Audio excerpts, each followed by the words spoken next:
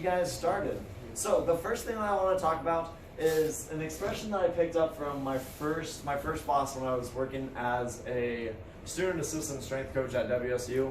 The late Coach Lang, in his email signature, always had the line, "Nobody cares how much you know until they know how much you care." So I want to start off by introducing myself so that you guys get to know a little bit about me. So my name's Steve Hicks, obviously, and I've been doing personal training for about a decade now. 2 weeks ago was my 10-year anniversary, actually, in the industry, which I'm super proud of. IHRSA, the International Health and Recreational Sports Association, or whatever, had like a survey once, and it showed like the average personal training career is like 18 months. So 10 years is it's an accomplishment I'm proud of. And then what do I even know? So I've got my bachelor's degree in kinesiology from WSU. And then, like I mentioned, like 10 years experience helping clients really go through the meandering, misconstrued facts and misleading misinformation that's out there to try to simplify the process and get results that they're proud of. And then, why do I care about the hierarchy of fat loss? It can sometimes become a really personal thing. There's too much misinformation out there, and there's a lot of people that are just kind of spinning their wheels in the mud and getting stuck and not knowing what to do next or how to move forward. I just had a friend who opened up and mentioned that like her biggest goal right now is she wanted to start working on this because she wanted to be able to have any hairstyle that she wanted to, because she doesn't feel free enough to do that because she's using her own hair to try to hide her face from the world because she thinks it's too round and there's too much fat in her face. And I don't have that problem, obviously. I can't hide behind my hair. But it's painful to know the hidden pains that's hiding with people that they carry with them, when fitness should be a really simple pursuit. We should all have the right to be healthy and fit and happy. And so it's really awesome on my part. I really enjoy being able to help people and wade through all the bull crap out there. What are we here for? To wade through all that bull crap. So I want to talk to you guys about the hierarchy of fat loss, because there's a lot of I don't know if it's misinformation or just straight up lies out there, but people always try to exaggerate little meaningless details.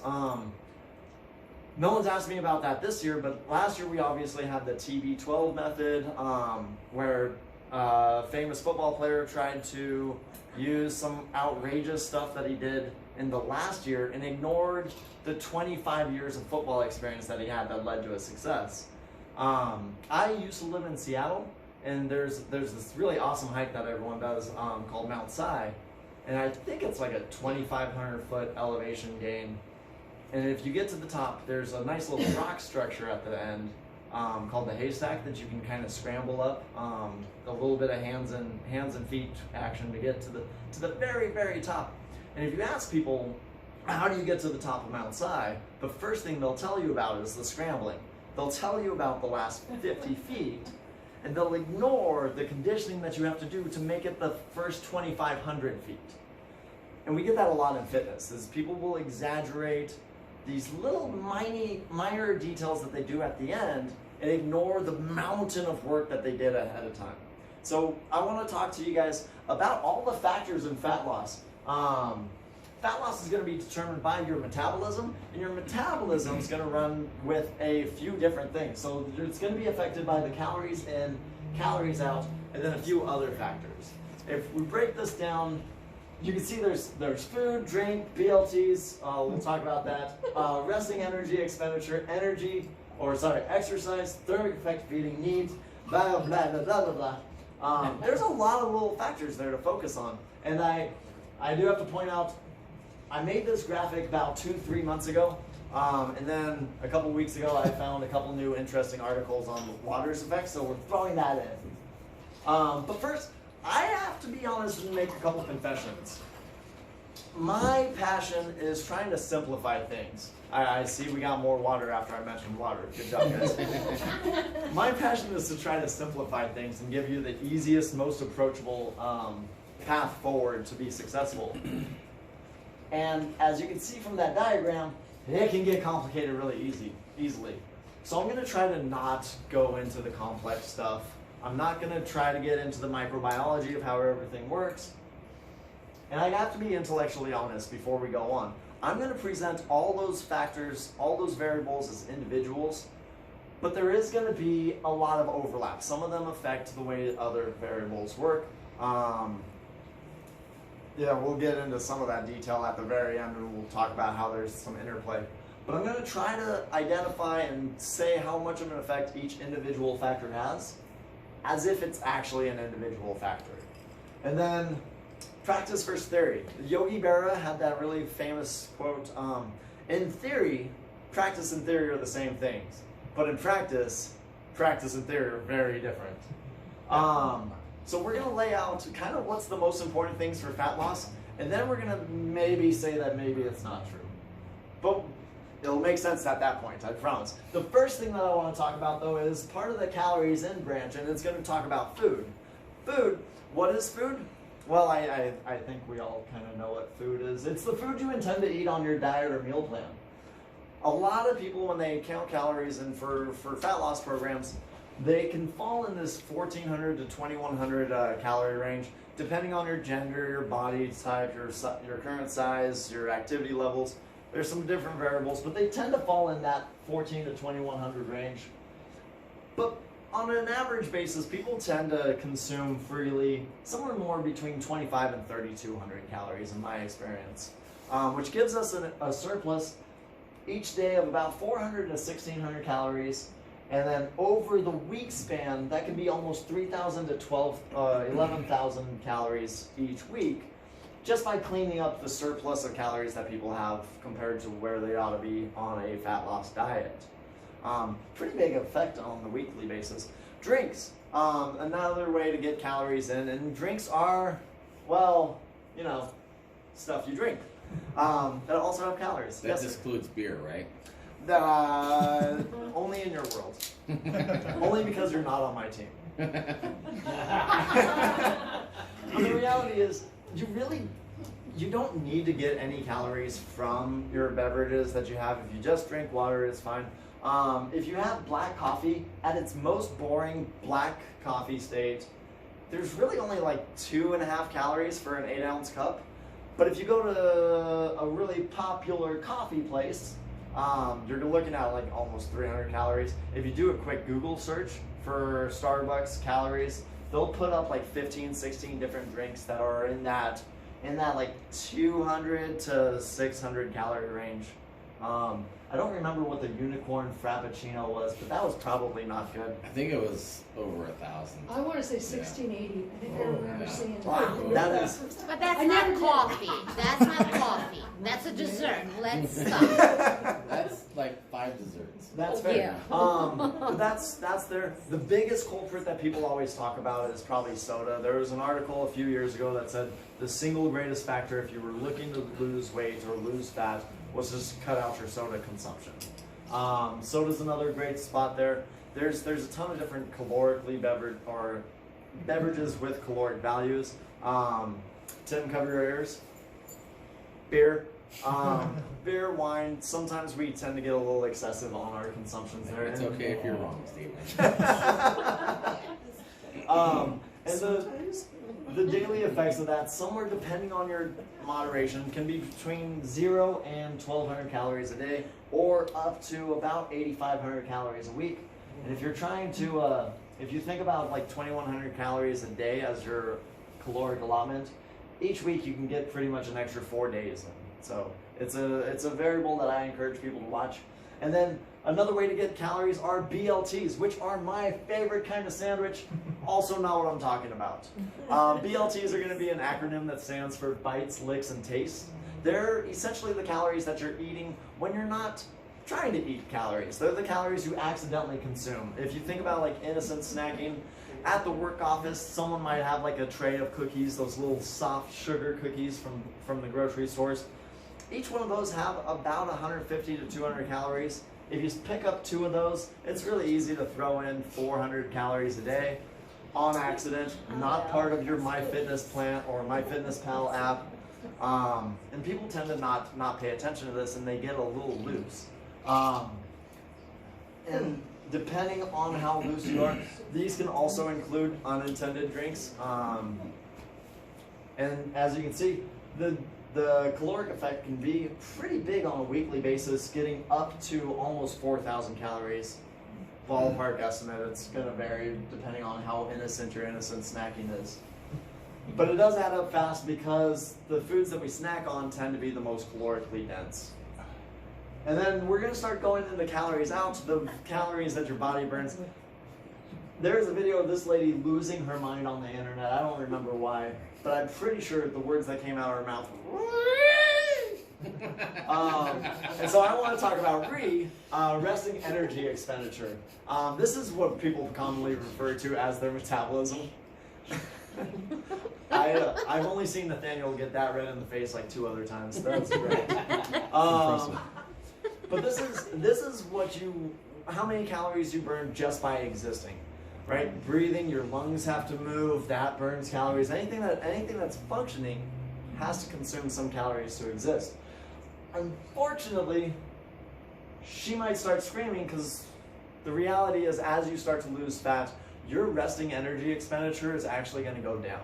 You're going to burn less calories each day because there's going to be less load on your body, less demands on your body that way. And as you get more fit and more active, your body's going to become more efficient.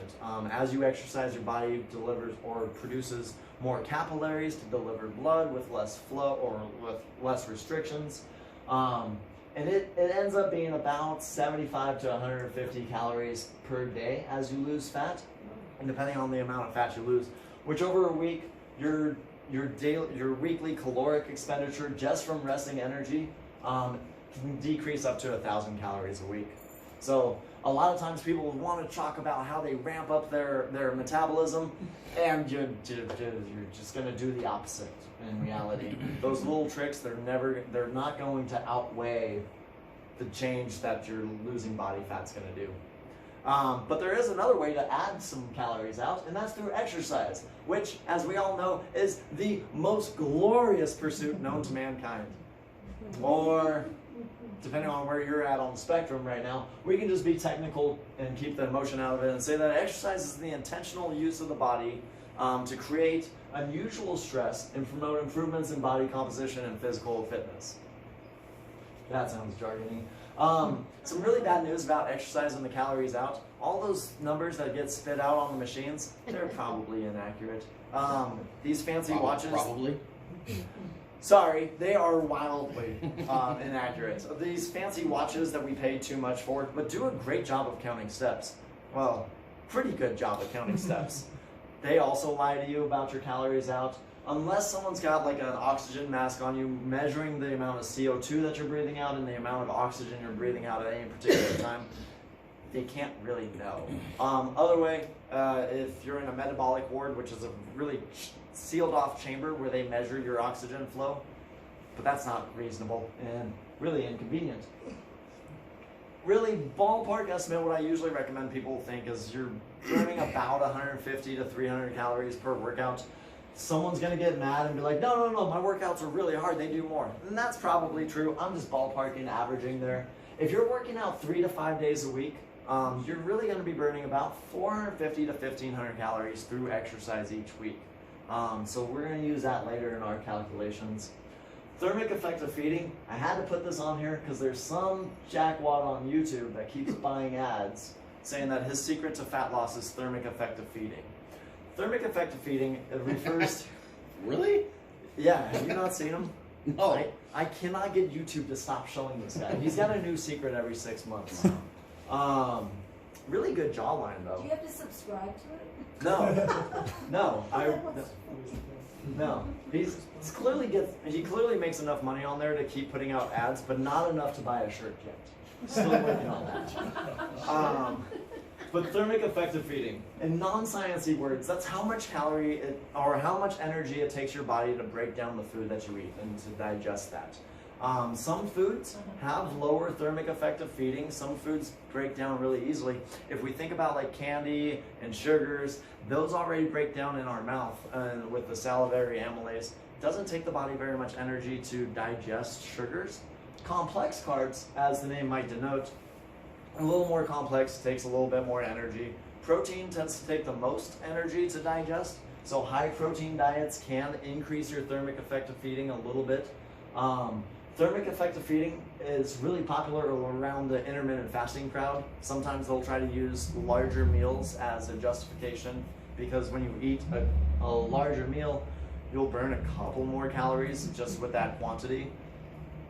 Really, with most studies that we've seen, you're not, unless you're doing something really asinine, you're not going to get more than a 2% bump in your thermic effective feeding, which really only gives you a 30 to 45 calorie a day boost. And that's if you're really intentional on having a high protein diet versus like a high fat diet. As a sidebar, I have a friend that's a competitive eater, and her thermic effective feeding is through the roof, but she eats like 7,000 calories in a sitting, and I don't think that's reasonable for us. So, unless you're gonna try to eat 7,000 calories and ruin your entire fat loss efforts for 30 calories, don't worry about this. And that dude on YouTube shows up, just hit next. The next way that we get calories out is through something called NEAT, non-exercise activity thermogenesis. That's the calories that you burn when you're not burning calories during structured exercise. That's all the little things like walking around. The reason why we have these overpriced watches is to check how much you walk around. Fidgeting, standing, dancing, talking at a presentation. My NEAT is through the roof as my arms wiggle around. This is burning calories for no apparent reason. That's another way. NEAT is really productive. There's the research study that showed that increasing NEAT, people that have high NEAT levels can increase their calorie burn by 700 calories a day.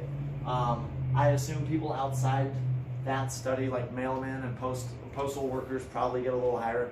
But I would estimate that your NEAT effect is going to be about 350 to 1,000 calories a day.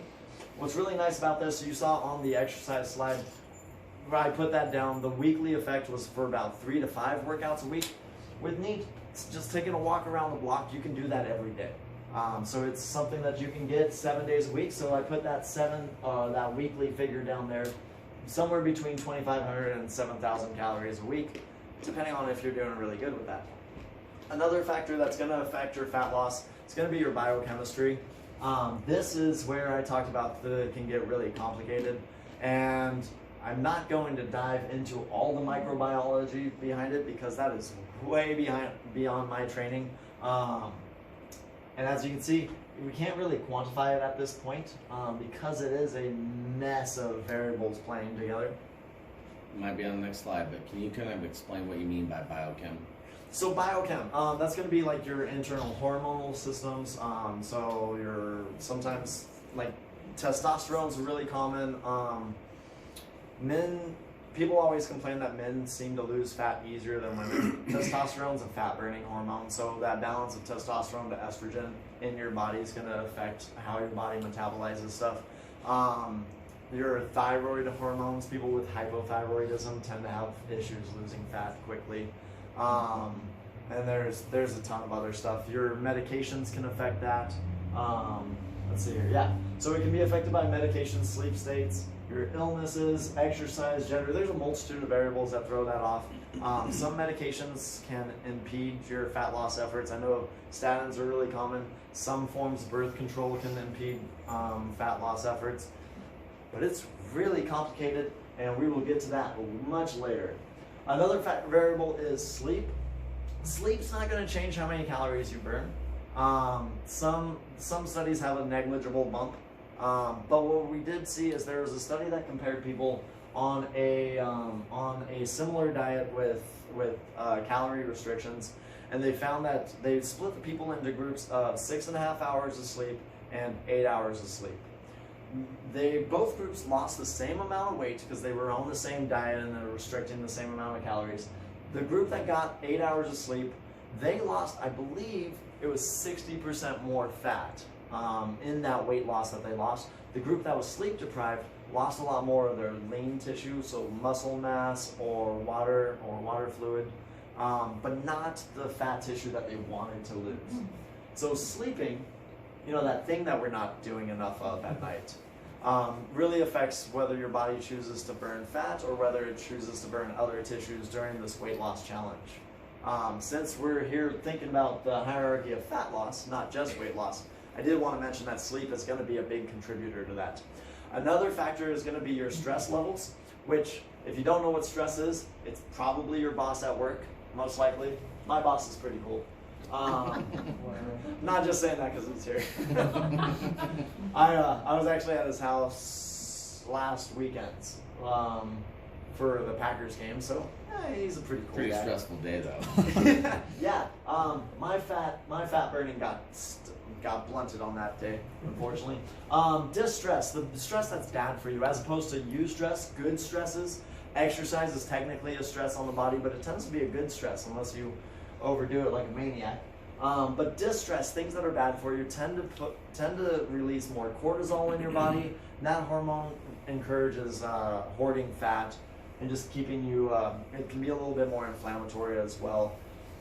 Cortisol originally was when we were hunters and gatherers. It kept us safe in like times of injuries and stuff. But now we have supermarkets and stuff. We don't need it. Stress can also kind of discombobulate the enteric nervous system, which throws off a bunch of different hormones that the gut releases. Unfortunately, I haven't seen any studies that gave like stressful people burn 300 calories less a day. So I can't really quantify that, but that is a variable to think about as we get into that hierarchy. And then, like I mentioned, we threw in a bonus slide based on more research that I came across, and that's water. Speaking of, I'm going to steal some.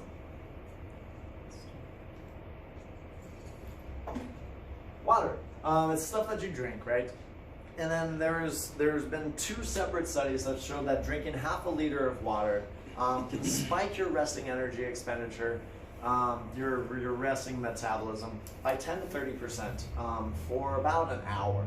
So drinking water throughout the day, they postulated, can increase your metabolism and burn about 90 to 100 calories a day versus being dehydrated. I just want to point out that beer is made mostly of water, so... Yes, you're not on my team, keep going. It's also made of calories. But, so as you can see, over a week, if you maintain hydration, your metabolism is going to be about 700 to 800 calories higher than it would be if you were running around dehydrated and dry. And then a bonus other factor that I did not put in the graph, listening to celebrities. Don't do it. They tend to give really bad advice. So there's after Dr. Oz. Dr. Oz is an absolute genius when it comes to surgery. When it comes to supplements and nutrition and being a charismatic TV personality, he's more profitable than trustworthy. And then there's a new Netflix show from this lady over here that's going to be absolute trash. And What there's is it? something where she was talking about for her skincare. She talks No, about what's the show? it's Goop something or Yeah. other? She's got a company named Goop, and I think That's that's a company group. yeah, and I think that's the sound my brain makes every time she talks. But she like recommended that people drink alkaline water with a splash of lemon juice in it. Lemon juice is an acid. If you put an acid in an alkaline, it just makes it neutral. It's just regular water at that point that tastes lemony.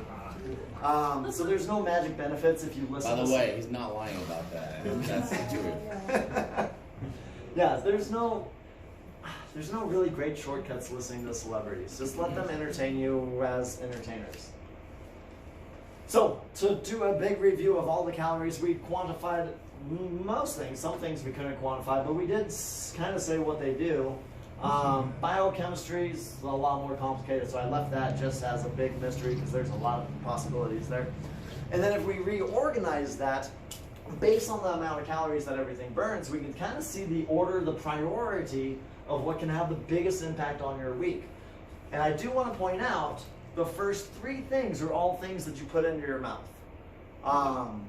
Unfortunately, I've seen it far too often in my career where people start exercising and they're confused why they can't outrun their fork. And if you look down there, exercise is going to be number 6 as the meaningful factor for fat loss. if you really, really want to start losing some inches on the waist, your priority has to be in diet and what you're putting into your mouth. And then you can also see it goes down the list. I will talk a little bit more about this. I'll let you wrap up that photo. And then, but, Homer, there is that theory versus practice, right? We know what's going to be the most impactful on fat loss, but fat loss is only one variable.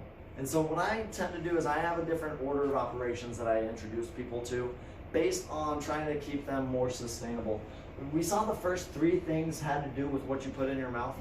When was the last time you went into the office and someone told you, dude, I started working out this weekend, I feel great, I'm loving it, I want you to join me? Have you guys heard someone talk about starting exercise programs? Generally pretty excited about that. When's the last time you went into the office and somebody went, dude, you won't believe what I did this weekend? I ate less food. Awesome, love it. Someone please give me a donut.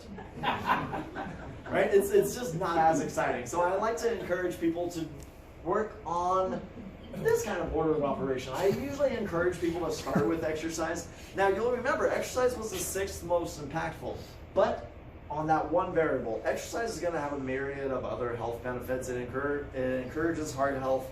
It's going to help. It's going to help with cognition. It helps with stress relief.